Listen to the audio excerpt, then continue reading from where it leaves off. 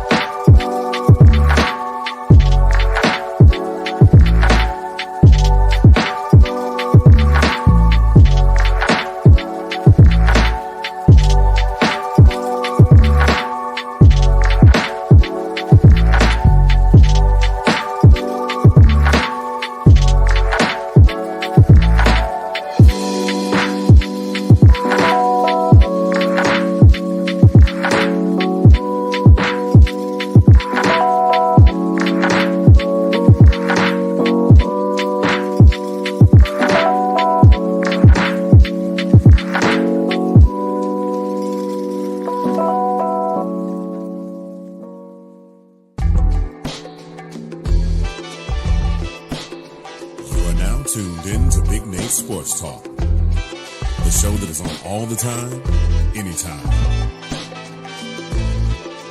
And now, ladies and gentlemen, the next big thing, the latest up-and-coming sports journalist, your host, Nathan Snell.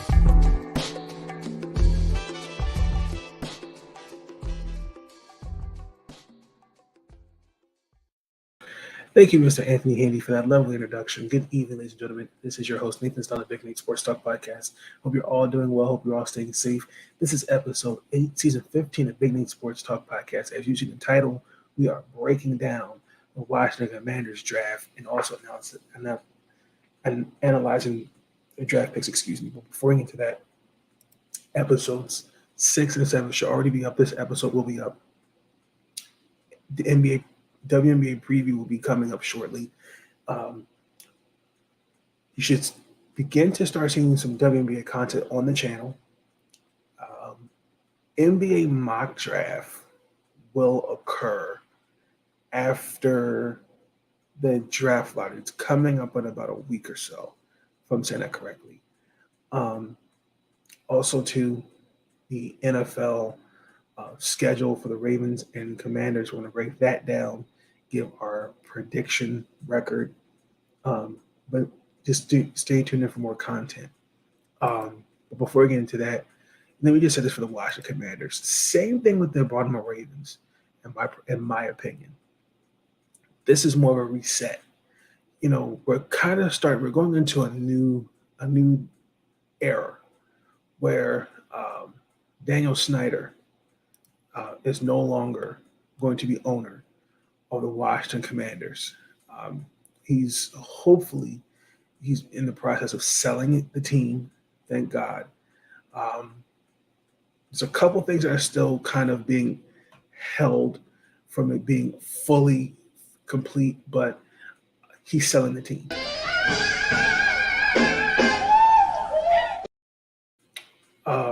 I think under Daniel Snyder, this franchise, was never successful under him. He made it about himself. I feel like he clearly showed who he was. To me, he didn't really truly invest in his team. And I just think how he went about things. I thought the investigation that occurred, I thought was the final nail in the coffin. And for me, I'm glad that this is happening because I feel like the Washington Commanders will do just fine with new ownership. Now, I do have a couple questions in terms of ownership. That's one that's subject for another video. But when you look at the coaching staff, I think Ron had to make some changes because I don't think you're going to come into a new regime and keep the same coaching staff. That's why I thought the firing of Scott Turner made sense, even though most people did not put him high on the list of issues that occurred last season. Again, I'm not sounding like an apologist for Carson Wentz, but Carson Wentz was not the only issue that occurred in Washington. I thought it was also very, very interesting to hear if it was the case that we tried to contact, if I'm not mistaken, it was Andrew Luck. If that was the case, I don't think that was true. But getting Eric Bieniemy, I think, was a good pickup because I look at it this way. Everybody has been up in arms about him being passed up on as an NFL head coach. When we're in these interviews, in my personal opinion, for all I know, let's think about this for a second. I really want everyone to understand where I'm coming from. What if Ron said, "This is the guy I want to replace me as the offensive coordinator when I call it a career"? That could be a possibility. He could be the head coach for the Washington Commanders and could lead them to greatness. The same thing with Andy Reid. If he had stayed in Kansas City, hey, let's see what it looks like. But I just feel like sometimes, again, because of media, and also too, like I talked about this in a video a while ago with the example Steve Nash. I know that it's two different situations, but here's a guy who had no experience, and we don't know the kind of conversation Kevin Durant and Kyrie Irving had with ownership. The same thing, you don't know the kind of conversation that Ron had with Eric. All I know is that this could be Ron Rivera's successor as head coach for Washington. I don't know that, and that could two things can be true. So I like that deciding him because I think it's a change in the offense. I think this to me also can prove to the football world that he can be a thriving play caller, even though he was in Kansas City. But I kind of feel like Andy Reid overshadowed that, in my opinion. When I look at the Washington Commanders, this is to say that this draft kind of reset it a couple things. I think it's a good reset. And there were some one in particular that I still am just not fond of, but I understand. I really truly understand it. However, I'm just not a true fan of we passed up on the guy I feel like could have been a better fit. But let's just get into it. So with the 16th overall pick, we took Emmanuel Forbes. I understand it. I get it. He fits the system. We went into this draft where I think corner to me was number one on our list because we needed more depth outside of Kendall Fuller and Brandon St. Juste. Kendall Fuller is going to be a free agent after this year. And I just think something that Washington's lacked was a consistent playmaker in the secondary. And even though a lot of people will say Devon Witherspoon and these two, and maybe were the best two, in my opinion, I would have liked Christian Gonzalez here. To me, by the time our pick came, the offensive linemen that I had were already gone. For me, I see Washington because Washington always likes to play a lot of nickel on defense. So the biggest question that stands out to me is who's going to play on the inside. Kendall Fuller, if you paid attention, he's become more of an effective slot corner these last, I'll say, going on 2 seasons. He's more comfortable in their zone. And then, St. Juste, he did play a little bit of slot early last year, and then he moved to the outside. But for me, I understand this pick, but my concerns are he's the lightest corner. He's $166. He's the lightest that was taken in the first round. And it could be a liability against the run. So I do expect he would need to bulk up a little bit. I mean, he is a difference maker. I mean, he's shown it that he can create turnovers and all those things. I get it. Um, However, whether we want to agree with this or not, the 17th overall pick was Christian Gonzalez. And who took him? The New England Patriots. I can't defend that. What do you want me to say to that? So, unfortunately, whether we want to agree with this or not, those two are going to be tied together. And let's see for me, I'm all about giving it a chance, but um, I think he'll do just fine in Washington. With the second overall pick, we took Quan Martin. For me, I thought this was key for us. I thought this was not bad. A defensive back, again, needing more depth. Uh, there's no shame in that. For me, I look at what Washington again did not have, was lacking depth. And when you address that in the first 2 rounds, I think that's smart. Now, Washington did have some other holes that needed to be drafted, but I felt like this should have, to me, was been the most needed. Um, Washington, I think, did a good job by focusing on adding more talent. And for me, Quan Martin, I said Quan Miller, Quan Martin, excuse me, I apologize. What Martin brings to the table, he's very versatile. He can play in the slot even as a safety. We did have that in a Bobby McCain when we cut him last season. And I think he is a good slot corner, which would put Emmanuel on the outside. But it all depends. That's just, we'll see. Um, Historically, the first and the second rounders for Washington have they always come in and started right away. So those two will be your starting corners. Um, Again, that's all bearing on what happens with Kendall Fuller. Um, if we decide to keep him, that's $8.5 million.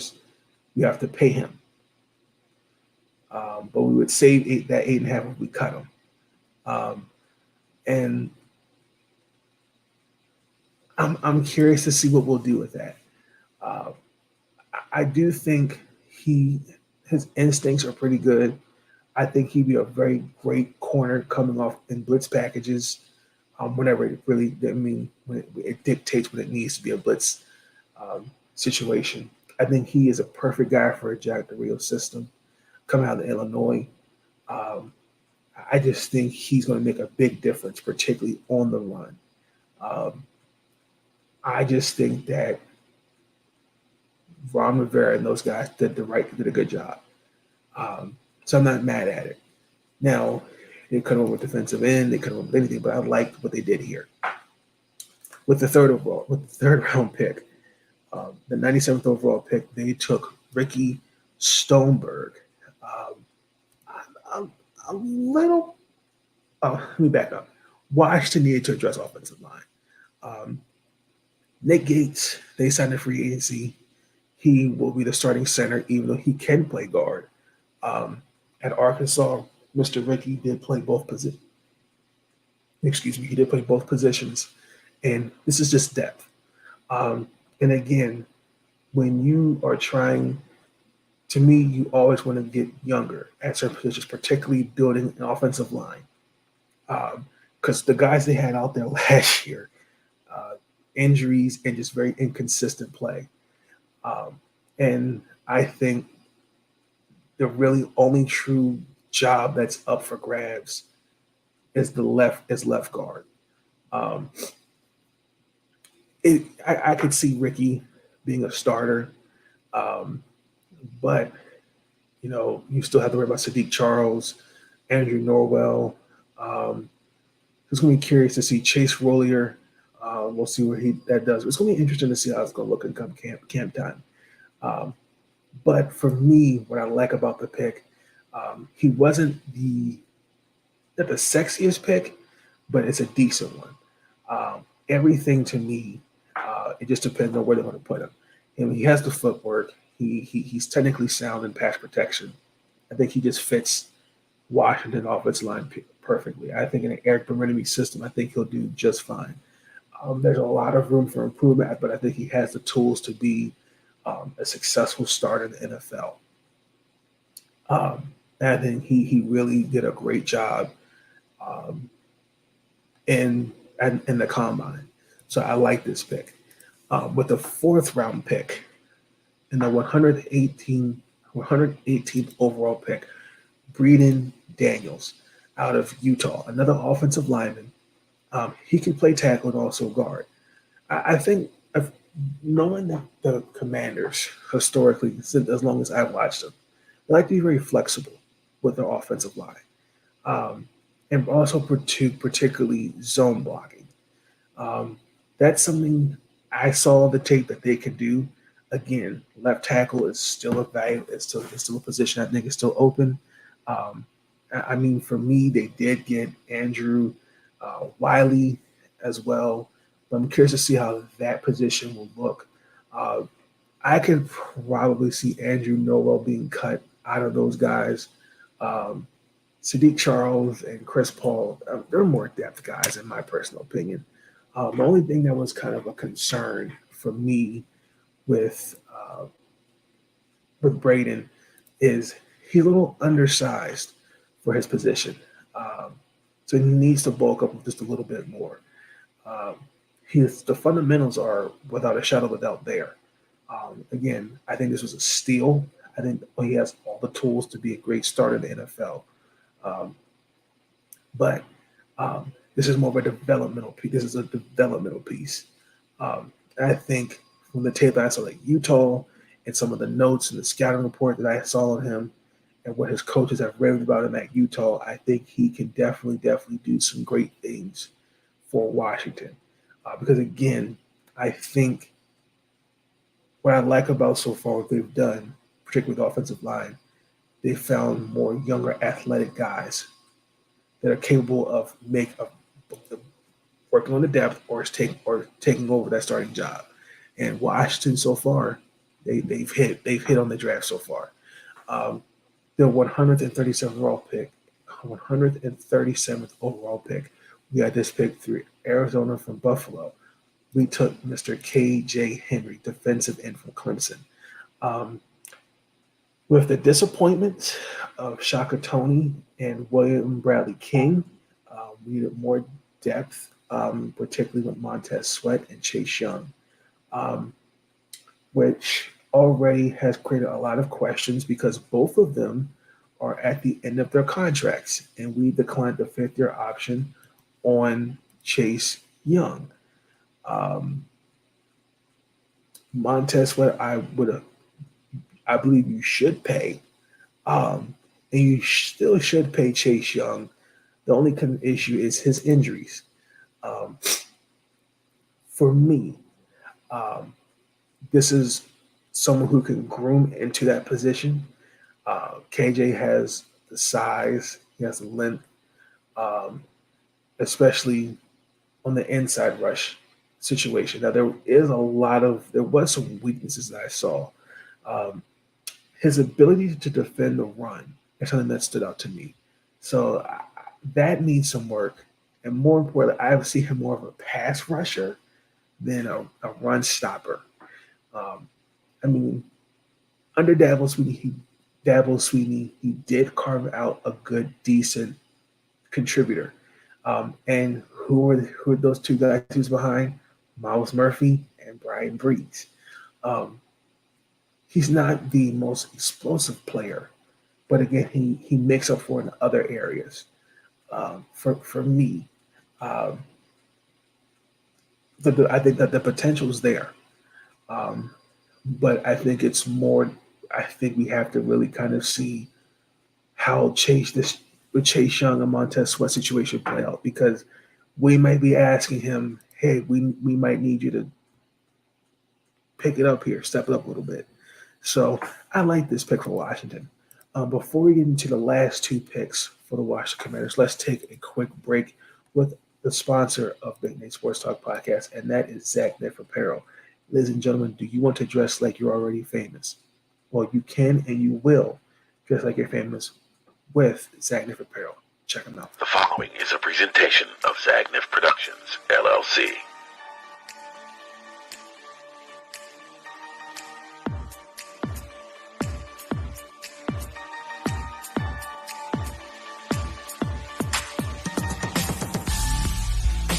Introducing Zagnif Apparel. Our comfortable line of leisure wear and athletic wear will have you comfortable and stylish at any occasion. Whether you're at the gym, out shopping, or just relaxing at home. Whether you're an athlete or just want to lay around the house, we've got the perfect outfit for you. Stop by our website today and pick up your favorite pieces.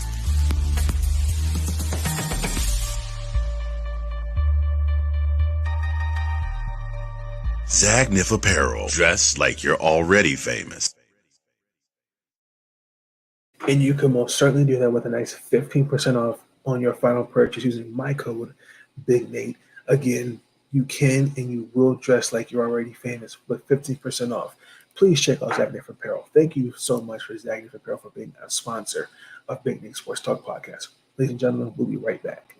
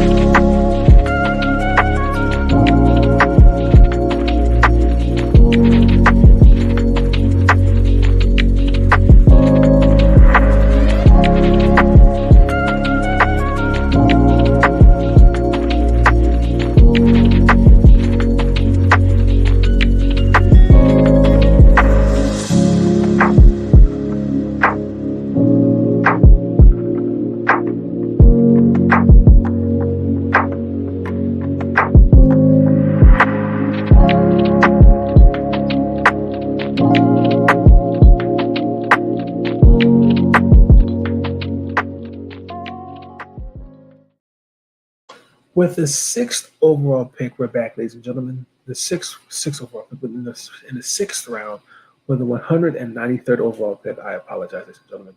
We selected Chris Rodriguez Jr., running back. I'm actually surprised with this. Eric Bieniemy got himself a weapon, which pretty much tells me J.D. McKissick is out the door, because I still think Brian Robinson and Antonio Gibson are going to be your number one, number two guys.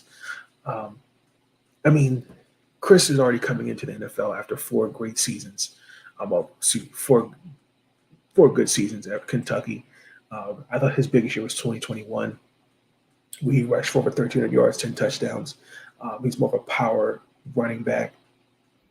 I do think what kind of stood out a little bit was he had a DUI, if I'm not mistaken correctly, and that kind of hurt his production. But I think that also kind of hurt a little bit the team. I think it kind of, I forgot when it occurred. I think they struggled a little bit without him. But his production, I should say, slipped because of that. Because he got suspended for that DUI. But I think in short yard situations in the red zone, I think he'd be a great fit. What stood out to me about Chris Rodriguez, he doesn't have the breakaway speed. I think he waits for his opportunities to make to see if he sees a lane, he sees a gap, he's going to take it. He has the balance to keep his legs going. I do think he needs to work on becoming a pass blocker and becoming a usable target in the passing game. While I think he'll be the long-term replacement for J.D. McKissick, there was a reason why we're taking a chance on him, in my personal opinion. Because again, those are the things I want him. I have questions for. Because in this system, I kind of expecting more of passing, so I need him to be useful in the passing situation.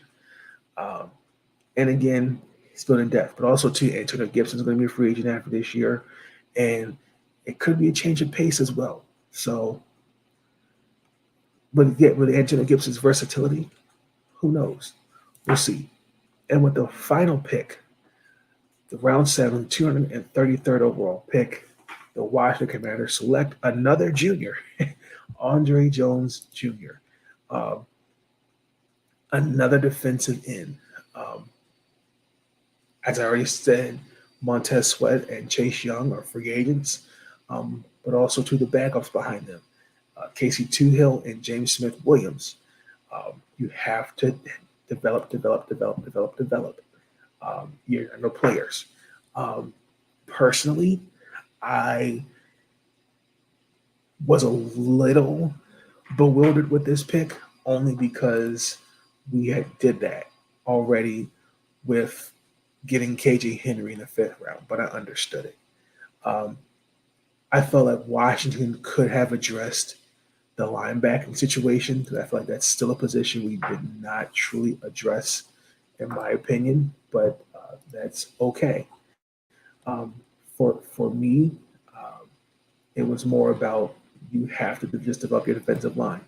I don't know what next year is going to look like in terms of the depth, but what I do know is that you have the guys there that I think are going to be great developments, and I'm excited for this. I can't wait. Um,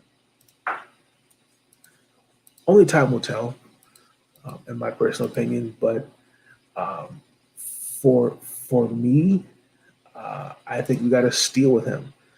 For me, I think I could see him being an outside linebacker. To me, at times, I think what sold me the most looking at his tape and pass rushing situations, he could disrupt um, a lot of things in the passing game. Um, the same thing again. Looking at the combine, look at the scouting report. He has a high motor. There's some things he needs to work on in his pass rushing repertoire. Um, but particularly going up against caliber offensive linemen who are studs. He's going to have his work cut out for him. I think he was a chance. I'm glad we took a chance on him because, again, um,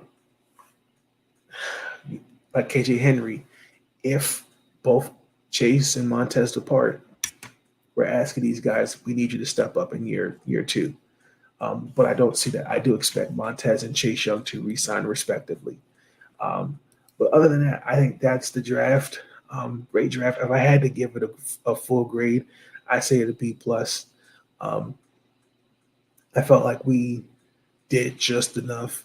I was a little disappointed we could have drafted a linebacker, particularly an outside linebacker, because I'm not confident again in what we have. Cody Barton, other than Jamin Davis, Milo Effler, Nate Jerry, Dejon Harris, Kalige Hudson, David Mayo. Kind of thin there. And I would have liked us to sign a couple other guys, but that's okay. So we'll see how it looks. It's going to be interesting to see the position battles, particularly offensive line, because I think that these two right here are going to surprise some guys. One of these, I can see them both being starters. I can see Chris Rodriguez developing into a reliable pass catching target. And then also, too, I see J.D. McKissick getting cut. But I think with KJ Henry and Andre Jones Jr., those guys are going to be the number 2 guys behind Chase Young and Montez Sweat, in my personal opinion. Martin, even though I like him, I think it was a good pick. I preferred an outside linebacker, but getting 2 corners and back-to-back rounds, no shame in that. So these guys, to me, all have a chance this year to make an impact right away. So great draft. I'm excited for this upcoming season. Can't wait to see what this looks like, particularly with training camp and preseason. Can't wait to see what these guys look like. But let's get into the final thought.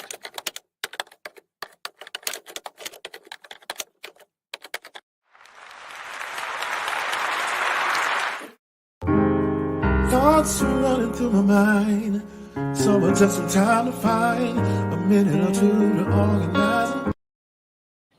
The final thought. Great draft for both teams. I'm excited. I'm stoked to see what this will bring to the table for both teams.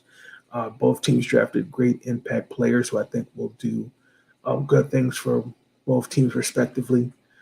More importantly, I felt like it was a great day drafted for the DMV period. When you're hearing that Dan Snyder's getting ready to sell the team soon, Lamar Jackson resigning his contract the day of the draft, and I just see a lot of great things for both teams. The Washington Mystics, things looking up for them. The Washington Capitals, obviously disappointed this year in scapegoating. That's one subject for another video. And then there's the Wizards. So great draft. Best of luck to all these young men. I can't wait to follow them in training camp. Can't wait to break down preseason, training camp, all those things like that. Hell, we even might get into depth chart positions, who could be the number 2, number 3 guy for both teams. But more importantly, I can't wait to cover these teams respectively, breaking down the games, previewing the games, all of that. So I'm excited for this upcoming season. But thank you, ladies and gentlemen, so much for tuning in to Big Nate Sports Talk Podcast. Be tuned for future episodes. Be in the episodes for 9, 10, and 11 coming out soon. Maybe a little bit delayed because I'm wrapping up my spring semester. So thank you for tuning in. Please like, comment, subscribe. I will catch you guys on the flip side. Y'all have a good night. Peace. Stay up.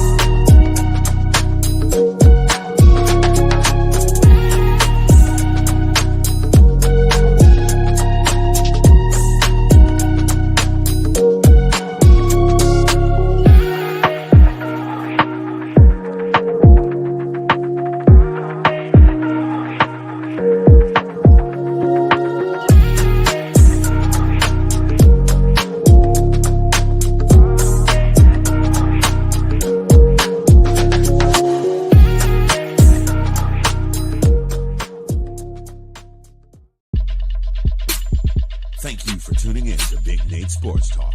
If you enjoyed that episode, be sure to like, subscribe, and share the next big thing, the next up-and-coming sports journalist, Big Nate Sports Talk. It's on all the time, anytime.